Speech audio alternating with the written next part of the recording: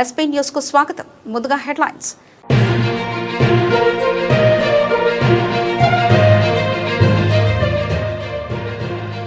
Operation Sindoor కు ఏడాది. Operation పై ప్రత్యేక వీడియో విడుదల చేసిన భారత సైన్యం.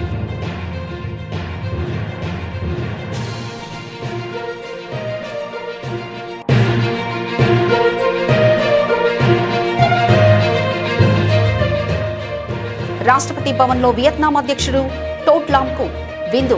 ప్రాంతీయ శాంతి అభివృద్ధికి కూడా దోహదపడుతుందన్న రాష్ట్రపతి ముర్ము.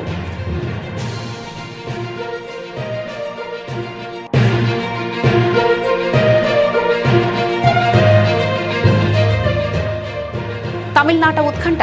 గవర్నర్తో మరోసారి విజయపేటి బల నిరూపణకు సిద్ధం.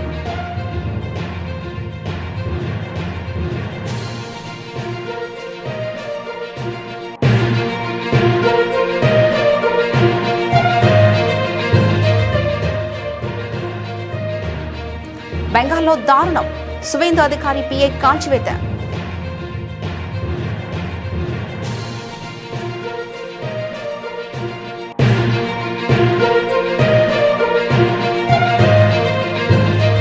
కేంద్ర మంత్రితో ముఖ్యమంత్రి రేవంత్ రెడ్డి భేటీ. మెట్రో 2వ దశకు అవసరమైన అనుమతులు మంజూరు చేయాలని విజ్ఞప్తి.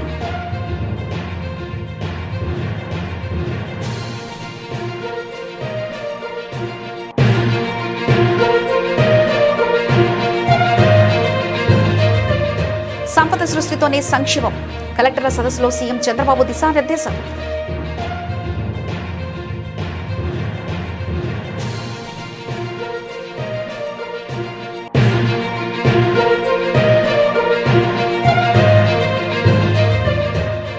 మార్కెట్ యార్డులు, కొనుగోలు కేంద్రాలకు వచ్చి తిరిగి రైతుల సమస్యలు పరిష్కారం చేయండి. మంత్రి ఉత్తమ్ కుమార్ రెడ్డికి మాజీ మంత్రి హరీష్ రావు సూచన.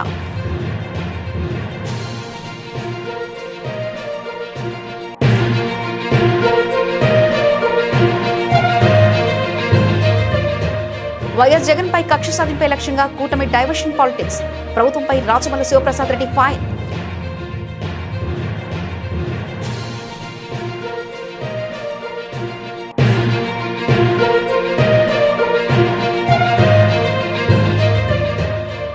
కార్పొరేట్ విద్యా సంస్థలు కోట్లు దండుకుంటున్నాయంటున్న కవిత ఆగ్రహం.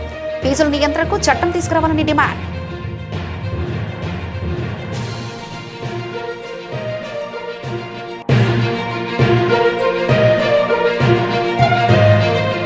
అనంతలో ఇసుక దందాలు. క్రికెట్ బెట్టింగ్లు యథేచ్ఛగా నడుస్తున్న పోలీసులు చర్యలే తీసుకోవడం లేదు. తీవ్ర ఆరోపణలు చేసిన మాజీ ఎమ్మెల్యే తోపుదుర్తి ప్రకాష్ రెడ్డి.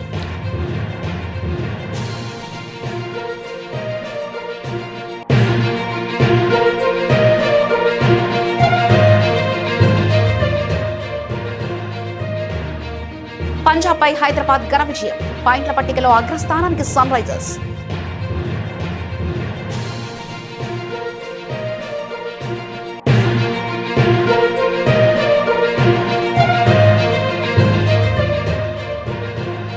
లాభాల నష్టాలతో దోబూచలాటలు. స్వల్ప లాభాల్లో దేశీయ సూచీలు.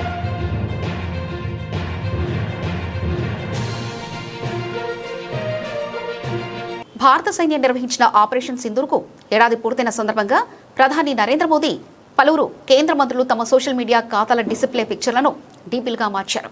గురువారం ప్రధాని మోదీ తన ఎక్స్ ఖాతా ప్రొఫైల్ చిత్రాన్ని ఆపరేషన్ జ్ఞాపకార్థం రూపొందించిన చిత్రంతో మార్చగా, ఆయనను అనుసరిస్తూ కేంద్ర మంత్రులు ఎస్ జైశంకర్, నిర్మలా సీతారామన్, పీయూష్ గోయల్ కూడా తమ డీపీలుగా మార్చారు. గత ఏడాది ఇదే రోజున 6/7/2025న పాక్ ఆక్రమిత కశ్మీర్ పీఓకే పాకిస్తాన్లోని ఉగ్రవాద స్థావరాలపై భారత సాయుధ బలగాలు ఆపరేషన్ సింధూర్ పేరుతో నిర్ణయాత్మక సైనిక చర్య చేపట్టాయి. 2025 ఏప్రిల్ 22న పహల్గామ్లో పాక్ ప్రేరేపిత ఉగ్రవాదులు జరిపిన దాడికి ప్రతీకారంగా ఈ ఆపరేషన్ జరిగింది. ఆ దాడిలో 26 మంది అమాయకులు ప్రాణాలు కోల్పోయారు. లష్కరే తోయిబా అనుబంధ సంస్థ అయిన ది రెసిస్టెన్స్ ఫ్రంట్ ఈ దాడికి బాధ్యత తీసుకుంది. ఆపరేషన్ మొదటి వార్షికోత్సవాన్ని పురస్కరించుకొని ఇది జాతీయ సంకల్పానికి చిహ్నమని భారత సైన్యం పేర్కొంది. ఈ సందర్భంగా ఒక ప్రత్యేక వీడియోను కూడా విడుదల చేసింది. పహల్గామ్ దాడికి పాల్పడిన ప్రతి ఉగ్రవాదిని, వారిని నడిపించే వారిని భారత్ గుర్తించి శిక్షిస్తుందని ప్రధాని మోదీ గతంలో చేసిన హెచ్చరికను ఈ వీడియోలో పొందుపరిచారు. IANS కథనం ప్రకారం ఈ ఆపరేషన్ ద్వారా ఉగ్రవాదంపై తమది జీరో టాలరెన్స్ విధానమని భారత్ మరోసారి ప్రపంచానికి స్పష్టం చేసింది. రాష్ట్రపతి ద్రౌపది ముర్ము రాష్ట్రపతి భవన్లో వియత్నాం అధ్యక్షుడు టో లామ్కు స్వాగతం పలికి గౌరవార్థం విందిచ్చారు. భారత్ వియత్నాం సంబంధాలను విస్తృత సమగ్ర వ్యూహాత్మక భాగస్వామ్యం స్థాయికి పెంచడం వల్ల ద్వైపాక్షిక సహకారానికి కొత్త ఊపునివ్వడంతో పాటు ప్రాంతీయ శాంతి అభివృద్ధికి కూడా దోహదపడుతుందని రాష్ట్రపతి తెలిపారు. తమిళనాడు రాజకీయాల్లో ఉత్కంఠభరితంగా మారాయి. గత నెల జరిగిన అసెంబ్లీ ఎన్నికల్లో అతిపెద్ద పార్టీగా అవతరించినప్పటికీ ప్రభుత్వం ఏర్పాటుకు అవసరమైన పూర్తి మెజార్టీపై నెలకొన్న సందిగ్ధత నడుమ నటుడు విజయ్ తన ప్రయత్నాలను ముమ్మరం చేశారు. తన తమిళగా వెట్రికలగ టీవీకే పార్టీకి సంఖ్యాబలం ఉందని నిరూపించుకునేందుకు ఆయన గురువారం ఉదయం గవర్నర్ ఆర్వి అర్లేకర్తో మరోసారి సమావేశమయ్యారు. సభలో తన బలాన్ని నిరూపించుకోవడానికి సిద్ధంగా ఉన్నానని ఈ మేరకు గవర్నర్కు స్పష్టం చేసినట్లు తెలుస్తుంది. బుధవారం గవర్నర్తో జరిపిన తొలి భేటీ విఫలమైన సంగతి తెలిసిందే. విజయ్ నేతృత్వంలోని కూటమికి పూర్తిస్థాయి మెజార్టీపై గవర్నర్ సందేహాలు వ్యక్తం చేయడంతో ముఖ్యమంత్రిగా విజయ్ ప్రమాణ స్వీకారం వాయిదా పడింది. ఈ నేపథ్యంలో ప్రభుత్వ ఏర్పాటుకు అవసరమైన మ్యాజిక్ ఫిగర్ 118కు మరో 5 సీట్లు అవసరం కావడంతో మద్దతు కూడగట్లే పనిలో టీవీకే నిమగ్నమైంది. కాంగ్రెస్ పార్టీకి చెందిన 5 సీట్లతో కలిపి కూటమి బలం ప్రస్తుతం 113గా ఉంది. ఈ క్రమంలో చిన్న పార్టీల మద్దతును కూడగట్టడంపై విజయ్ దృష్టి సారించారు. డీఎంకే మిత్రపక్షమైన వీసీకేకు 2, వామపక్షాలైన సిపిఐ, సిపిఎంలకు కలిపి 4 సీట్లున్నాయి. ఈ పార్టీలతో టీవీకే సంప్రదింపులు జరుపుతుంది. వీరి మద్దతు లభించి కాంగ్రెస్ తన వైఖరికి కట్టుబడి ఉంటే కూటమి బలం 119కి చేరుకుంటుంది. ఇది మెజార్టీ మార్కు కంటే 1 ఎక్కువ. అప్పుడు ప్రభుత్వ ఏర్పాటుకు విజయ్ను గవర్నర్ ఆహ్వానించే అవకాశం ఉంది. వామపక్షాలు తమ నిర్ణయాన్ని ఈరోజు సాయంత్రం వెల్లడించనున్నాయి.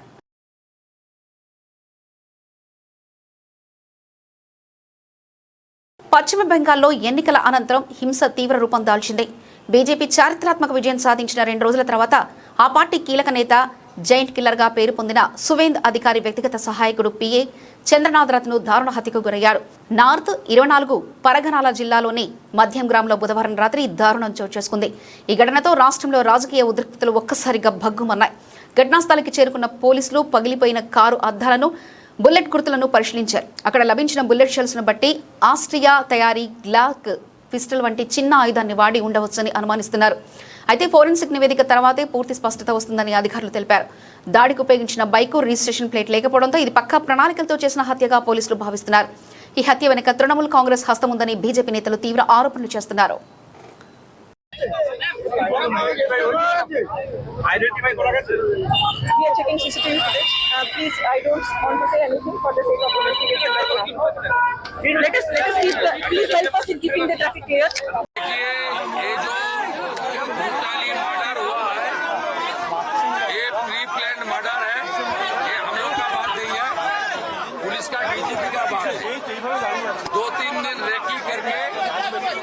Fully pre planned murder, police ने इन्वेस्टिगेशन चालू किया, स्टेट का सीनियर पुलिस ऑफिसर लोग आया, हम लोग बहुत पेनफुल हार्ट में ये जो मर्मांतिक हादसा हुआ इसका निंदा करने का कोई भाषा हम लोग का पास नहीं है।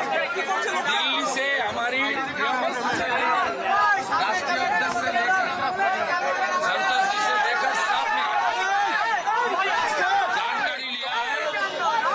केंद्रीय मंत्री डॉक्टर सुकांतो मजूमदार उन्होंने 4 घंटे तक पूरा जो इंसिडेंट हुआ फैमिली के साथ, पुलिस के साथ बात किया है। पार्टी की ओर से ऑनरेबल एमपी पार्टी का जीएस ज्योतिर्मय सिंह महातो जी और कम से कम 20 चुने हुए विधायक सब अपने अपने क्षेत्र छोड़कर ये जो हुआ है इसके लिए परिवार का साथ और हमारी वर्कर का साथ रहने के लिए आया है। हम लोग इंतजार करेगा। पुलिस ने कुछ ना कुछ क्लू उनको मिला है, पुलिस ही कार्रवाई करेगा। डीजीपी देख रहा है। हमारे आईपीएस हमारी लीडर भारती गिस जी ने पुलिस का जो इन्वेस्टिगेशन और हो सकता है वो उसको बारे में जानकारी इकट्ठा करेगा। बंगाल के जनता भी सुरक्षित नहीं है, ऐसी घटना हुआ है कि बंगाल के 15 साल का महाजंगल राज का एक उपबल का नतीजा है। बीजेपी सरकार जब पिकअप कर लेगा एडमिनिस्ट्रेशन तब धीरे धीरे गुंडा को सफाई करने का काम शुरू हो जाएगा। తెలంగాణ రాష్ట్ర ముఖ్యమంత్రి రేవంత్ రెడ్డి కేంద్ర మంత్రి మనోహర్ లాల్ ఖట్టర్తో సమావేశమయ్యారు. ఇరువురు నేతలు సుమారు అర్ధగంట పాటు సమావేశమై వివిధ అంశాలపై చర్చించారు. ఈ సందర్భంగా మెట్రో 2వ దశకు అవసరమైన అనుమతులు మంజూరు చేయాలని కేంద్ర మంత్రిని ముఖ్యమంత్రి కోరారు. హైదరాబాద్ మెట్రో రైలును రాష్ట్ర ప్రభుత్వం ఆధీనంలోకి తీసుకోనున్నట్లు కేంద్ర మంత్రి దృష్టికి తీసుకెళ్లారు. మెట్రో 2వ దశ డీపీఆర్ను వెంటనే ఆమోదించాలని కోరారు. శంషాబాద్ విమానాశ్రయం, ఫ్యూచర్ సిటీ కారిడార్ను ఫేజ్ 3 కింద చేపట్టాలని ముఖ్యమంత్రి కోరారు. సీఎం చంద్రబాబు నాయుడు నేతృత్వంలోని 7వ కలెక్టరేట్ల కాన్ఫరెన్స్లో గురువారం సచివాలయంలో ప్రారంభమైంది. రాష్ట్ర పాలనలో కీలకమైన ఈ సమావేశంలో ప్రభుత్వ ప్రధాన కార్యదర్శి సాయిప్రసాద్, మంత్రులు, జిల్లాల కలెక్టర్లు, వివిధ శాఖల ఉన్నతాధికారులు పాల్గొన్నారు. సదస్సు ప్రారంభంలో business reformer of the year award దక్కించుకున్నందుకు ముఖ్యమంత్రికి మంత్రులు, అధికారులు స్టాండింగ్ ఓవేషన్తో ఘనంగా అభినందనలు తెలిపారు. ఇది తన ఒక్కడి విజయం కాదని, గ్రామస్థాయి అధికారి నుంచి మంత్రుల వరకు అందరి సమిష్టి కృషి ఫలితమని సీఎం పేర్కొన్నారు. ప్రస్తుతం తమ ప్రభుత్వం అభివృద్ధిని పరుగులు పెట్టిస్తుందని, ప్రజల జీవన ప్రమాణాలు పెంచేలా పాలన సాగిస్తుందని ఆయన అన్నారు. సంక్షేమం, అభివృద్ధి, సంపద సృష్టి అనేవి ఒకదానికొకటి ముడిపడిన చక్రం లాంటివి. అభివృద్ధి లేకుండా సంపద రాదు, సంపద లేకుండా సంక్షేమం సాధ్యం కాదు. డబ్బులు లేవని కూర్చోవడం కాదు, సంపదను సృష్టించే పని చేయాలి, చేద్దామని అధికారులకు పిలుపునిచ్చారు. ప్రజాప్రతినిధులు, అధికారులు సమన్వయంతో పనిచేసినప్పుడే ప్రభుత్వం విజయవంతమవుతుందని స్పష్టం చేశారు. ఈరోజు విశాఖపట్నం ఐటీ హబ్గా తయారైంది. ఒక పాలసీ ఎట్లా ప్లే చేస్తుందంటే 99 పైసలు ఎకరాల ల్యాండ్. మనకు ఉద్యోగాలు కావాలి. ఉద్యోగాలు కావాలంటే ఎక్కడో ఒక ఫ్లాగ్షిప్ ప్రోగ్రామ్ ఇవ్వాలి. ఆ 99 పైసలు is a game changer. Visakhapatnam రూపురేఖలు మార్చగలిగాం. విశాఖపట్నం ఎప్పటి నుంచో ఉంది. ఏదైతే ఈ పాలసీ మనం తీసుకున్నాం, దానివల్ల ఈరోజు విశాఖపట్నంలో ఒక నాలెడ్జ్ ఎకానమీకి చిరునామాగా తయారయ్యే పరిస్థితి వచ్చింది, తిరుమల సహా. చాలా మంచిగా వడ్లు కొంటున్నాం, ఎవరికి ఇబ్బంది లేదని మంత్రి ఉత్తమ్ కుమార్ రెడ్డి చెప్పారని బీఆర్ఎస్ సీనియర్ నేత మాజీ మంత్రి హరీష్ రావు అన్నారు. కానీ వాస్తవానికి మంత్రి వ్యాఖ్యలకు భిన్నంగా పరిస్థితి ఉందని హరీష్ రావు తెలిపారు. చౌటుప్పల్లో రైతుల మధ్య నిలబడి మాట్లాడుతున్నానంటూ నెల రోజులైనా వడ్లు కొనడం లేదని ఇక్కడ రైతులే చెప్తున్నారని మంత్రిని నిలదీశారు. ఎక్కడో కూర్చొని మాట్లాడడం కాదు, మార్కెట్ యార్డులు, కొనుగోలు కేంద్రాలకు వచ్చి తిరిగి రైతుల సమస్యలు పరిష్కారం చేయాలని మాజీ మంత్రి హితవు పలికారు. మాటలు మాట్లాడి ఉత్తమ్ కుమార్ రెడ్డి, అయ్యా ఉత్తమ్ కుమార్ రెడ్డి, నేను ఎక్కడి నుంచో మాట్లాడతలేను, హైదరాబాద్ లో ఏసీ రూమ్ లో కూర్చొని నీ లెక్క మాట్లాడతలేను. నీ జిల్లాలో చౌటుప్పల్ మార్కెట్ లో రైతుల మధ్య రైతులను పక్కన పెట్టుకొని మాట్లాడుతున్నా. ఇగో ఈ అమ్మ ధనమ్మ, ఈ చెల్లె నిర్మల. ధనమ్మ మార్కెట్ కు వడ్లు తెచ్చి 20 రోజులైంది. నిర్మల గారు మార్కెట్ కు వడ్లు తెచ్చి దాదాపు 24 రోజులైతా ఉంది. 24 రోజులైనా వడ్లు కొనే దిక్కు లేదు. 30 తారీఖు నాడు మాయిశ్చర్ చూసిండ్రు, ఇవాళకి కూడా కాంటా అయితలేదు. మాయిశ్చర్ పాస్ అయినాక కూడా 8 రోజులైనా కాంటా పెట్టే దిక్కు లేదు. అంటే రైతులు 20 రోజుల నుంచి 30 రోజులు మార్కెట్ లో పడిగాపులు కాస్తా ఉన్నారు. 44 డిగ్రీల ఎండకు మాడిపోతా ఉన్నారు, పిట్టల్లాగా రాలిపోతా ఉన్నారు. నీ ప్రభుత్వం యొక్క చేతగాంతనం వల్ల ఇలా రైతులు చాలా కష్టాలు పడుతున్నటువంటి పరిస్థితి వచ్చింది. అంటే వడ్లమ్ముకోవడానికి నెల రోజులు పడిగాపులు కాస్తే తప్ప వడ్లమ్ముకునే పరిస్థితి లేదు. ముందు మీరు మాయిశ్చర్ చూడడానికి 10 రోజులు తీసుకుంటున్నారు, సంచులు ఇయ్యడానికి వారం రోజులు తీసుకుంటున్నారు, కాంటా పెట్టడానికి వారం రోజులు తీసుకుంటున్నారు. కాంటా పెట్టినాక మిల్లుల దించడానికి ఇంకో వారం రోజులు పడుతుంది. ఆ మిల్లు దగ్గరికి పోయిన తర్వాత కూడా మీకు తాలుందని చెప్పి మిల్లులు 8 సంచులు, 4 సంచులు, 5 సంచులు లారీకి కటింగ్ పెడుతున్నారు. ఈడ తరుగు తీస్తున్నారు, ఆడ మిల్లులలో కోత పెడుతున్నారు. అంటే ఏం జరుగుతా ఉంది? మీకు వడ్లు కొనడం చేతనైతలేదా? నేను అడుగుతా ఉన్నా ఉత్తమ్ కుమార్ రెడ్డి, నువ్వు హైదరాబాద్ లో కూర్చొని మాట్లాడు కాదు, రా గల్లీలకు రా, రైతులు వడ్లమ్మే కొనుగోలు కేంద్రాలకు రా, మార్కెట్ యార్డులకు వచ్చి రైతుల మధ్య రైతుల బాధలు విను, రైతుల కష్టాలు విను, సమస్యలు పరిష్కారం చేయి. పొద్దుటూరులోని తన క్యాంపు కార్యాలయంలో నిర్వహించిన మీడియా సమావేశంలో వైఎస్ఆర్సీపీ అధికార ప్రతినిధి, మాజీ ఎమ్మెల్యే రాజమల్లి శివప్రసాద్ రెడ్డి కూటమి ప్రభుత్వం, టీడీపీ నేతలపై తీవ్రస్థాయిలో విమర్శలు గుప్పించారు. వైఎస్ జగన్పై పచ్చముకలు కక్ష సాధింపుతో మార్వింగ్ పోటలు సృష్టించి అసత్య ప్రచారాలకు తెరలేపుతున్నారని ఆరోపించారు. ప్రజా సమస్యలపై విఫలమైన కూటమి ప్రభుత్వం వాటి నుంచి దృష్టి మళ్లించేందుకు డైవర్షన్ పాలిటిక్స్ చేస్తుందంటూ ఆయన విమర్శించారు. ఒకప్పుడు డాక్యుమెంటరీలో లేని జగన్ పేరు, ఫోటో ఇప్పుడు ఎలా వచ్చాయో సమాధానం చెప్పాలని నిలదీశారు. ఏదో ఒక రూపంలో ఎప్పుడో ఒకసారి ప్రజలకు ఏ కష్టం వస్తే ఇంకొకటి తీసుకొచ్చి పెట్టేది. ఆ ఇంకొకటి తీసుకొచ్చి పెట్టే ప్రతిసారి జగన్మోహన్ రెడ్డి గారి పేరు చొప్పించాలా, జగన్మోహన్ రెడ్డి గారికి బురదన్న బుయ్యాలా, రక్తమన్న బుయ్యాలా, ఏదో ఒకటి ఒక మరకైతే ఆయనకు పూసి వీళ్ళ మరకల నుంచి తప్పించుకునే దానికి ప్రయత్నం చేస్తారు పెద్దబాబు, చిన్నబాబు. వాళ్ళు ఏం ఈరోజు చేస్తాండేదంటే కన్నా 2021 సంవత్సరంలో బ్లడ్ షాండర్స్ అనే ఒక పుస్తకం రాసినాడు ప్రముఖ సీనియర్ జర్నలిస్ట్ ఉడుగుల సుధాకర్ రెడ్డి. ఎర్రచందనానికి సంబంధించి రాసినాడు బ్లడ్ స్టాండర్డ్స్ అని చెప్పి. అది 2023 సంవత్సరంలో ప్లానెట్ కిల్లర్స్ పేరుతో ఇన్వెస్టిగేషన్ ఛానల్ ఒక డాక్యుమెంటరీ తీసింది 2023 సంవత్సరంలో.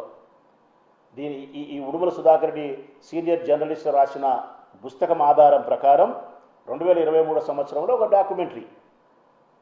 ఆ డాక్యుమెంటరీలో ఎక్కడే కానీ జగన్ గారి పేరు కానీ జగన్ గారి ఫోటో కానీ ప్రస్తావన కానీ లేదు. ఇప్పుడు కొత్తగా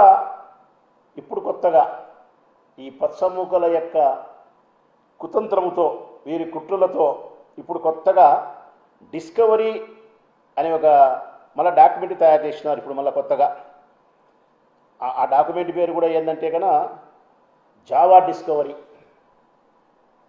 ఈ జావా డిస్కవరీ అనే ఈ ఛానల్ ద్వారా ఏవైతే డాక్యుమెంటరీ కథనం తయారు చేసినారో దీంట్లో ఉన్నట్టుండి జగన్ గారి ఫోటో, జగన్ గారి ప్రమేయము ఇవన్నీ తీసుకొచ్చి పెట్టినారు. ఎవరికి? కొల్లం గంగిరెడ్డి ఎర్రచందన స్మగ్లర్ ఎవరైతే ఉన్నారో కొల్లం గంగిరెడ్డి, ఆయనకు జగన్మోహన్ రెడ్డి గారికి కనెక్షన్ కుదురుస్తూ వేరే ఫోటోలు తీసుకొచ్చి మార్ఫింగ్ చేసి ఈ కథనంలో ఈ డాక్యుమెంట్లో పెట్టి ఇప్పుడు మళ్ళీ ఒక స్టేట్మెంట్. పెద్ద ఎర్రచందనం స్మగ్లర్, అంతర్జాతీయ స్థాయిలో స్మగ్లింగ్ గ్యాంగులతో సంబంధం ఉండేవాడు మహేష్ నాయుడు. ఈనాడు అరెస్ట్ చేసి 2014లో అరెస్ట్ చేసినారు. 1 సంవత్సరం రోజులు కడప జైల్లో పెట్టినారు, పీడీ యాక్ట్ పెట్టి. చాలా కేసులలో ముద్దాయి ఆయన.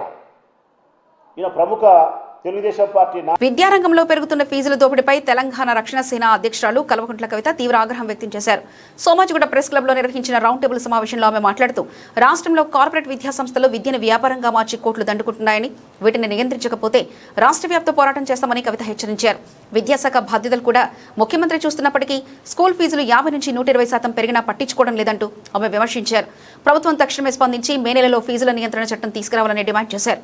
ప్రైవేట్ స్కూళ్ల దోపిడీపై స్పందిస్తూ గత ఏడాది పోలిస్తే ₹1 కూడా ఫీజు పెంచకుండా ప్రభుత్వం తక్షణమే జీవో విడుదల చేయాలని కవిత కోరారు. నేను ముఖ్యమంత్రి గారిని సూటిగా డిమాండ్ చేస్తా ఉన్నాను. హైదరాబాద్ పబ్లిక్ స్కూల్ అనేటటువంటిది ప్రభుత్వం ఇచ్చినటువంటి భూమిలో నడిచేటటువంటి సంస్థ. అందులో ఉన్నటువంటి భూమిలో ఒక 30 ఎకరాలని కొట్టేయడానికి ఆ కమిటీ ప్లాన్ వేస్తున్నటువంటి విషయం మీకు తెలుసు, మాకు తెలుసు, అందరికీ తెలుసు. వాళ్ళందరూ ప్రభుత్వ పెద్దలు ఉన్నారు, ముఖ్యమంత్రి గారి బంధువులు ఉన్నారు. మరి మీరు చర్యలు తీసుకుంటారా తీసుకోరా అని సూటిగా నేను డిమాండ్ చేస్తున్నాను. ఇంకా దారుణం ఏంటంటే ఆ హైదరాబాద్ పబ్లిక్ స్కూల్లో ఒకటే అధికారి ఉన్నది. ఆమె 14 సంవత్సరాల నుంచి ఒకటే పోస్ట్లో ఉన్నది. ఉండి ఈ కొత్తగా ఎవరు బోర్డు మెంబర్ వచ్చినా వాళ్ళకి నేర్పిస్తారు అన్నట్టు. ఎట్లా అవినీతి చేయాలి, ఎట్లా సీట్లు అమ్ముకోవాలి, ఎట్లా బయట దేశాలు ఉన్నటువంటి సత్య నాదెల్లా లాంటి వాళ్ళు ఇక్కడ చదువుకొని పోయారు. Satya Nadella is alumni of Hyderabad public school. So ఇప్పుడు ఏంది, ఆయన వచ్చి ఇక్కడ డొనేషన్ ఇచ్చిపోయింది మొన్న. ఆ డొనేషన్ లెక్కలు ఏమైపోయినాయంటే తెలియదు, ఎవరు చెప్పరు. అనేక మంది హెచ్పిఎస్ అల్యూమిని డొనేషన్స్ ఇస్తే నో అకౌంటబిలిటీ, జీరో అకౌంటబిలిటీ.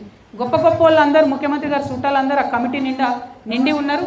విద్యాశాఖ మంత్రి మన కర్మగాలి ముఖ్యమంత్రి గారే ఉన్నారు. కాబట్టి నేను వారిని డిమాండ్ చేస్తున్నా, you should please immediately review what is happening in HPS మీద రివ్యూ చేయాలి. హైదరాబాద్ పబ్లికేషన్ మీద ఖచ్చితంగా పబ్లిక్ స్కూల్ మీద ఒక స్టాండ్ తీసుకోవాలని నేను డిమాండ్ చేస్తున్నాను. అంటే ఎందుకు అంత స్ట్రెస్ చేసి నేను హెచ్పిఎస్ని చెప్తున్నా అంటే ఈసారి 120% ఫీజు హైక్ చేసింది. 120%. పోయిన సంవత్సరం 93,000 కట్టినటువంటి పేరెంట్స్ ఈసారి 2,08,000 రూపాయలు కట్టాలి. కానీ ప్రభుత్వం నిమ్మకు నీరెత్తినట్టుగా ఉన్నది. అది ప్రభుత్వ స్కూల్, ప్రభుత్వ భూమితో నడిచేటటువంటి స్కూల్, ప్రభుత్వానికి అకౌంటబుల్గా ఉంటుంది. అక్కడనే 120% పెరిగితే ముఖ్యమంత్రి గారు పట్టించుకోకపోతే ఇక ఏ నారాయణ స్కూలోడో, ఏ చైతన్య స్కూలోడో, ఇంకో స్కూలోడో పెంచిన ఫీజు మీద మీరు ఏం పట్టించుకుంటారు? మీరు వాళ్ళని ఎట్లా ప్రశ్న వేస్తారనే విషయాన్ని ముఖ్యమంత్రి గారు నేను అడుగుతున్నాను.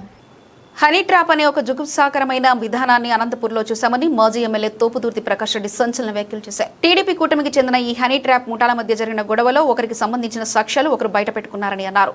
అనంతలో ఇసుక దందాలు, క్రికెట్ బెట్టింగ్లు, మట్కాలు, దొంగతనాలు యథేచ్ఛగా నడుస్తున్నా పోలీసులు వాటిపై చర్యలు తీసుకోవడం లేదని విమర్శించారు. మనం మన అనంతపురం జిల్లాలో చూస్తున్నాము. అనంతపురం జిల్లా గౌరవ ప్రతిష్టలకు భంగం వాటిల్లేటువంటి కార్యక్రమంగా భావిస్తున్నాము. ఈ హనీ ట్రాప్ కేసుకు సంబంధించి విచారణ ముగిసిందనేసి ఎస్పీ గారు నిన్న ప్రకటించారు. ప్రకటిస్తూ ఎవరైనా దీని మీద స్పెక్యులేషన్స్ అంటే గాలివార్తలు ప్రచారం చేస్తే చట్టపరమైన చర్యలు తీసుకుంటామని కూడా మాట్లాడినారు. ఈ హనీ ట్రాప్లో 2 ముఠాలు ఉన్నాయి, ఒకటి టీడీపీ, ఒకటి బీజేపీ. మల్లీశ్వరి అనుకుంటా, మల్లీశ్వరి అనే ఆమె బీజేపీ, రంగమ్మ టీడీపీ. సో ఈ 2 ముఠాల మధ్య వచ్చిన గొడవలో, అంటే బీజేపీ టీడీపీల మధ్య వచ్చిన గొడవలో భాగంగానే ఒకరికి సంబంధించిన ఎవిడెన్స్లు ఇంకొకరు బయటికి మీడియాకు, పోలీసులకు అందజేసుకున్నారు. వారు కొట్లాడుకుంటే తప్ప ఇది వెలికిరానటువంటి వాస్తవం. అనంతపురం జిల్లాలో ఇసుక దందా నడుస్తూ ఉంది. పోలీసులకు తెలియంది కాదు, కంప్లైంట్లు వచ్చినా మీరు చేసింది ఏం లేదు. క్రికెట్ బెట్టింగ్ నడుస్తూ ఉంది, కంప్లైంట్లు వచ్చినా మీరు చేసింది ఏంది లేదు. మటకా నడుస్తూ ఉంది, మీకు తెలియకుండా జరగడం లేదు, నడుస్తుంది, అందరికీ తెలుసు. సగం మంది ఇటువంటి వ్యవహారాలకు ఊతమిస్తున్న వాళ్ళు ఉన్నారు, అక్రమ ఆదాయాలకు పాల్పడుతున్నటువంటి వాళ్ళు ఉన్నారు. మీరే ప్రూవ్ చేశారు, మీరే వారిని డిస్మిస్ చేశారు. రాష్ట్ర చరిత్రలో ఏ జిల్లాలో కూడా ఒక్కసారిగా 9 మంది పోలీసుల పైన చర్యలు తీసుకున్న సందర్భం ఏదైనా ఉందా? లేదా అందమైన అమ్మాయిల ప్రొఫైల్ పిక్కులు పెట్టుకున్నటువంటి వాట్సాప్ కాల్స్తో ఫోన్లు చేసి, వాట్సాప్ మెసేజ్లు చేసి, ప్రొవోక్ చేసి, ఈ ఫోన్లు హైదరాబాద్ నుంచి వచ్చి ఉండొచ్చు, బెంగళూరు నుంచి వచ్చి ఉండొచ్చు, దీంట్లో ఎవరెవరు ఆ ఫోన్లు చేసిన వాళ్ళు ఉంటారో, పోనీ ఆ వీడియో కాల్స్ చేసిన వాళ్ళలో ఎవరెవరు ఉన్నారో అది దాంట్లోకి నేను వెళ్ళట్లేదు. మీ ఇన్వెస్టిగేషన్లో మీరు చెప్పాలి.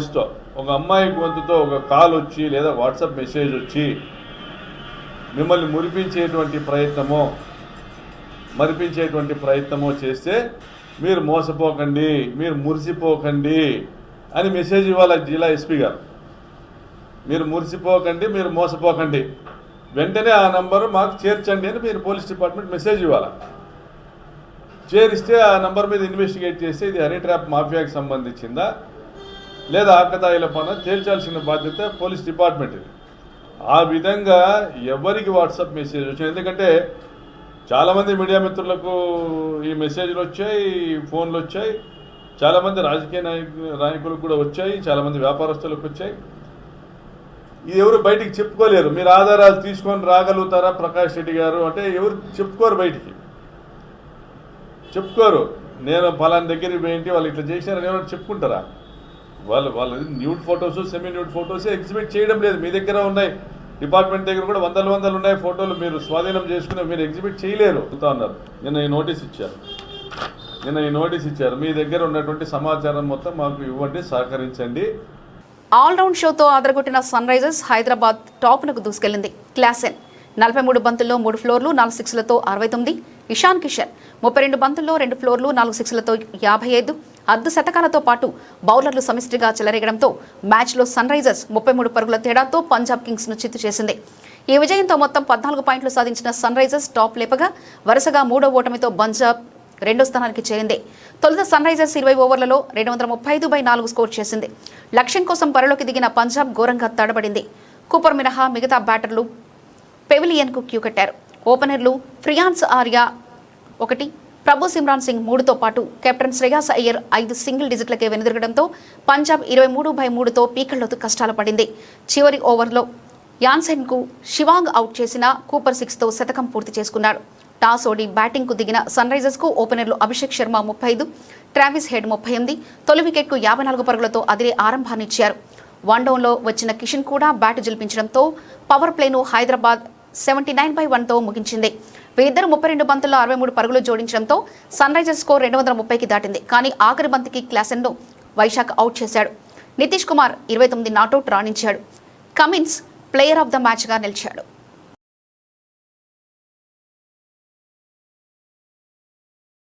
బుధవారం భారీ లాభాలను ఆర్జించిన దేశీయ సూచీలు గురువారం కూడా లాభాలతో మొదలయ్యాయి. అయితే ఆ తర్వాత కిందకు దిగి వచ్చాయి. ఆటోమొబైల్స్, మెటల్ రంగాలు లాభాల్లో ఉన్నాయి. అయితే రియాలిటీ రంగం సూచీలను వెనక్కి లాగుతుంది. అంతర్జాతీయ భౌగోళిక రాజకీయాల నేపథ్యంలో మదుపర్లు అప్రమత్తంగా వ్యవహరిస్తున్నారు. ఈ నేపథ్యంలో సూచీలు లాభ నష్టాలతో దోబుచులాడుతున్నాయి. ప్రస్తుతం స్వల్ప లాభాల్లో కొనసాగుతున్నాయి. ప్రస్తుతం డాలర్తో రూపాయి మారకం విలువ 94.79గా ఉంది. గత సెషన్ ముగింపు 77,959తో పోల్చుకుంటే గురువారం ఉదయం దాదాపు 350 పాయింట్ల లాభంతో 78,339 వద్ద మొదలైన సెన్సెక్స్ ఆ తర్వాత కిందకి దిగి వచ్చింది. ఆరంభ లాభాలను కోల్పోయింది. ఉదయం 10 గంటల సమయంలో సెన్సెక్స్ 106 పాయింట్ల లాభంతో 78,065 వద్ద కొనసాగుతుంది. మరోవైపు మరోవైపు నిఫ్టీ కూడా సెన్సెక్స్ బాటలోనే సాగుతుంది.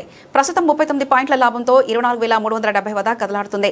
సెన్సెక్స్ నిఫ్టీలో Paytm, Polycab, CG power, Shree cements, Hitachi energy మొదలైన షేర్లు లాభాల్లో ఉన్నాయి.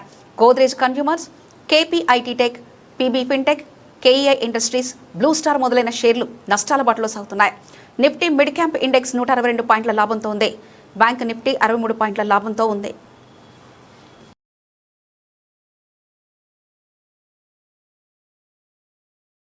బులెటిన్ ముగించే ముందు హెడ్లైన్స్ మరోసారి చూద్దాం.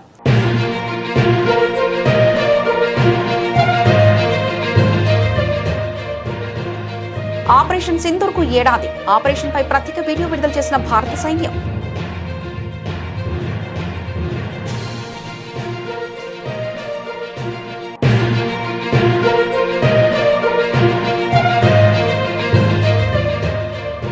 రాష్ట్రపతి భవన్లో వియత్నాం అధ్యక్షుడు టోట్ లాంకు విందు.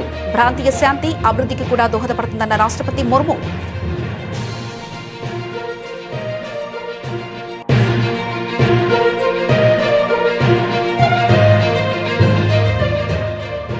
తమిళనాట ఉత్కంఠ.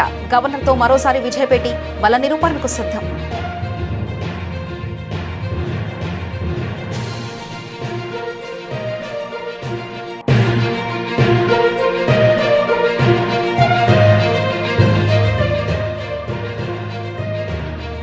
బెంగాల్లో దారుణం. సువేందు అధికారి పిఐ కాల్చివేత.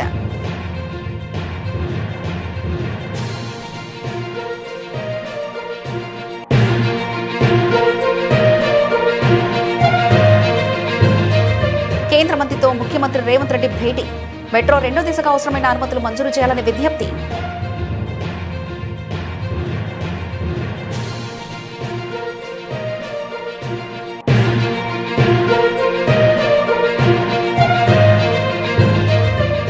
సంపద సృష్టితోనే సంక్షేమం. కలెక్టర్ల సదస్సులో సీఎం చంద్రబాబు దిశానిర్దేశం.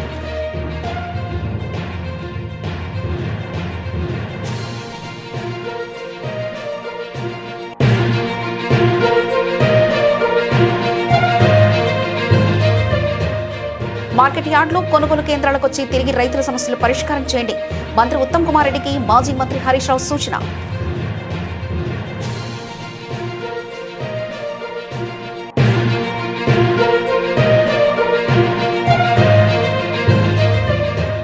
వైఎస్ జగన్ పై కక్ష సాధింపే లక్ష్యంగా కూటమి డైవర్షన్ పాలిటిక్స్. ప్రభుత్వంపై రాచమల్లు శివప్రసాద్ రెడ్డి ఫైర్.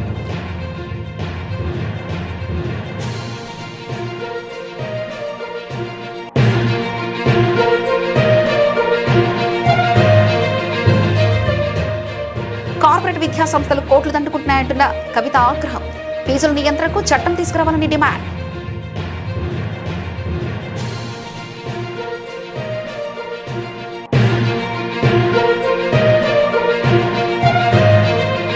అనంతలో ఇసుక దందా. క్రికెట్ బెట్టింగ్లు యథేచ్ఛగా నడుస్తున్న పోలీసులు చర్యలే తీసుకోవడం లేదు. తీవ్ర ఆరోపణలు చేసిన మాజీ ఎమ్మెల్యే తోపుదుర్తి ప్రకాష్ రెడ్డి.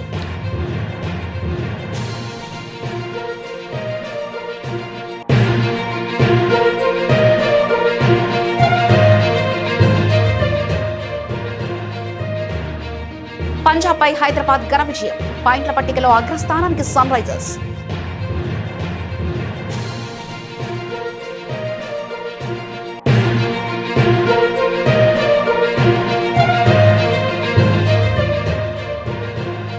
లాభాల నష్టాలతో దోబూచలాటలు. స్వల్ప లాభాల్లో దేశీయ సూచీలు.